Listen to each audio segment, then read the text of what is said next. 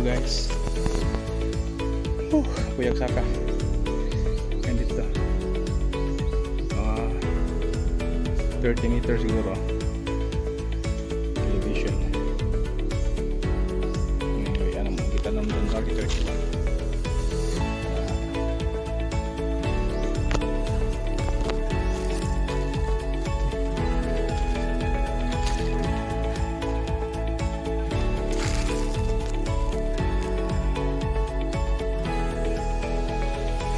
Sa init.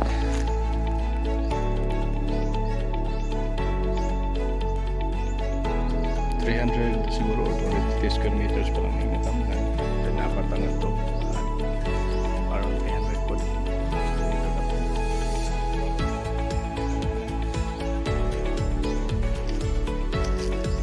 Kaya mo i-sprayan ng sabon para matay. Ayaw kapilang lubi ha.